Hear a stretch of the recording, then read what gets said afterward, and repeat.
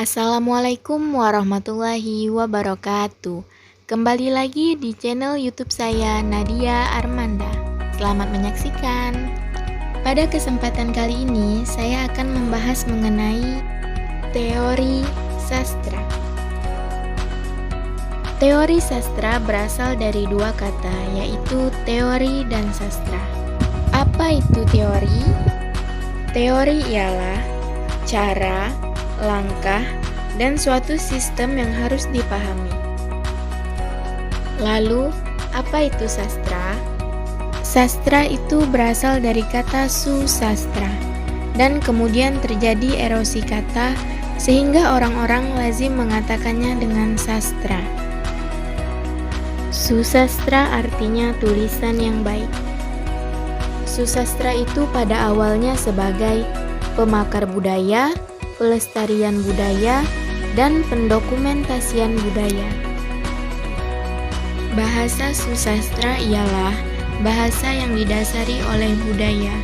Pagar budaya, selagi sastra itu masih ada, maka budaya itu akan terus berjalan. Salah satu dari pagar budaya itu adalah susastra itu sendiri. Susastra itu memagari budaya karena ia bagian dari kebudayaan itu sendiri.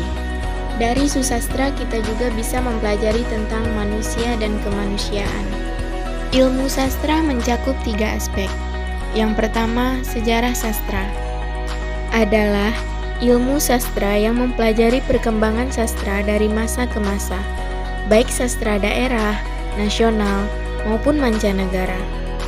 Yang kedua adalah teori sastra. Teori sastra adalah ilmu sastra yang paling dasar. Kemudian yang ketiga adalah kritik sastra. Kritik sastra adalah cabang ilmu sastra untuk menghakimi suatu karya sastra, yang juga memiliki fungsi untuk mengkaji dan menafsirkan karya sastra secara lebih luas. Lalu, apa objeknya? Objeknya adalah karya sastra itu sendiri. Suatu pemikiran atau pertanyaan akan terjawab jika Anda mempunyai ilmu. Sama halnya dengan susastra. Kalau kita ingin membicarakan karya susastra, kita harus tahu dulu ilmunya. Apa ilmunya? Ya 3 aspek tadi: sejarah sastra, teori sastra, dan kritik sastra. Itulah sebabnya penting bagi kita untuk mencari ilmu dan mempelajari ilmu tersebut. Ada beberapa sisi pandangan terhadap karya susastra berdasarkan teori. Yang pertama yaitu pandangan atau penglihatan terhadap karya itu sendiri. Objeknya, strukturnya, amanat-amanat yang disampaikan dalam karya susastra itu, ya karya susastra itu sendiri. Yang kedua, karya sastra dan lahirnya karya sastra itu.